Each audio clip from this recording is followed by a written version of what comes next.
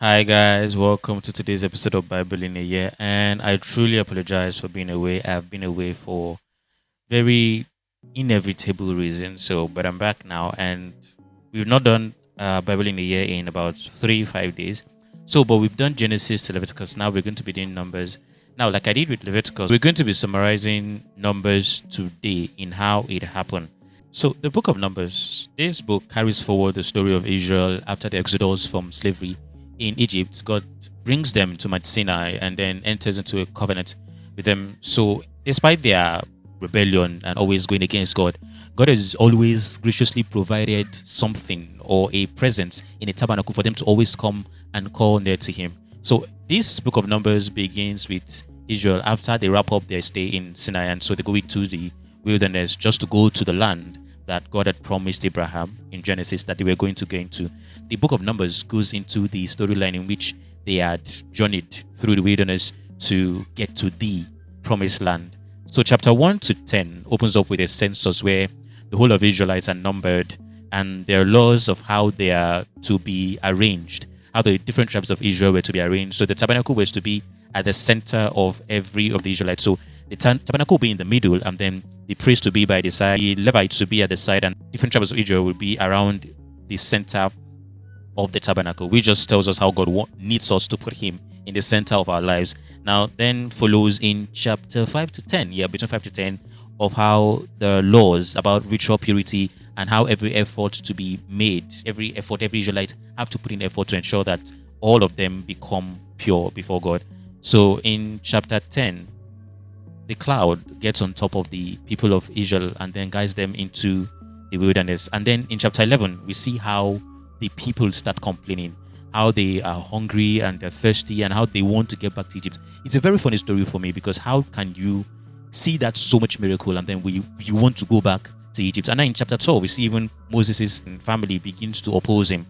And then chapter 13 and 19 sees how the Israelites get into the wilderness of Paran, and then God tells Moses to put out the spies to go and scout the promised land, about 12 of them, and then the spies return, and then we see how 10 of them return and say the promised land or the land is too big and they're going to destroy the Israelites. But 2 spies decide to say, you know what, we can take over this land, God can save us. But the 10, so much so they ginger the people into a fearful rage, and then the people begin to oppose Moses. They want to get a new leader so that they can get back to Egypt, because it looks like what is before them is bigger than what they're facing. So God gets angry with them, but then Moses also intercedes for the Israelites and asks God to remember the promise He made to Abraham.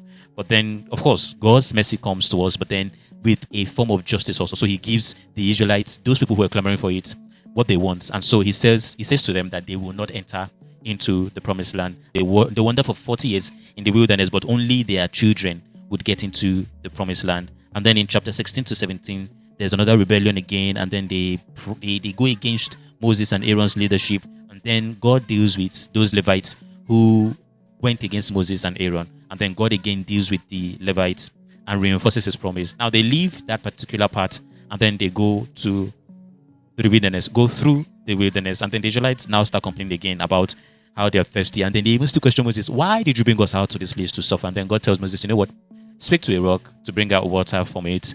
And then Moses, does a lot because of his anger also, so he oversteps the boundary and then hits the rock twice. God says speaks and hit it once, then he hits it twice, and then God punishes Moses along with those rebellious people and says, you know what, you're not going to enter into the promised land. God says that as dishonor. God gives an instruction and then you ought to do it, and then it dishonors God. So God says you're not going to enter into the promised land. After this again, the Israelites rebel against, where they curse Moses and curse God about it. So God brings out a very venomous serpent, and then snakes bites all of the people. And then Moses again interceded before God and then tells God, you know what, forgive your people, speak of your mercy. And then God says to Moses, raise up a snake, put it on a rod. Anybody that looks to that serpent and looks to that rod gets to get healed. And that again, the mercy of God oversees His justice system for the Israelite. And then there's a king who discovered that the Israelites are passing by and on the plains of Moab, the king of Moab. And then he says, you know what, these people cannot pass by. So he sought the intercession of a pagan prophet or so, Balaam, who 3 times Balaam decides not to curse the people of Israelites because he knows better. On the other side, on the contrary, God decides to show Balaam vision of how they were going to take over the Moab, take over the plains of Moab and the king of Moab, and how they're going to pass through Moab.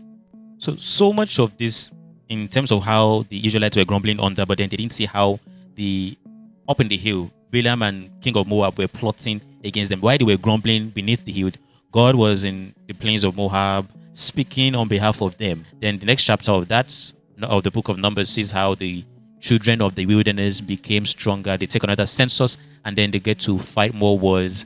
And then the book ends with the new generation of the people of the wilderness who they've been cursed already not to enter. We see the children of those wilderness becoming so much of the children that would enter into the promised land. And then we see how Moses tends to now get into the end part of his life, where we see Deuteronomy, and then we see how Moses tends to speak to them regarding laws and certain things they're supposed to do. It's more like reiterating it, because the people who were to enter the promised land already knew this, but they kept on rebelling against God. Now the children of those people, of the Israelites going from the wilderness, have to hear this same thing over and over again. So that's what ends the book of Numbers, how they rebelled against God and how they take a new census from the children of the Israelites who are now going to get into the promised land. See you in the next episode. Bye.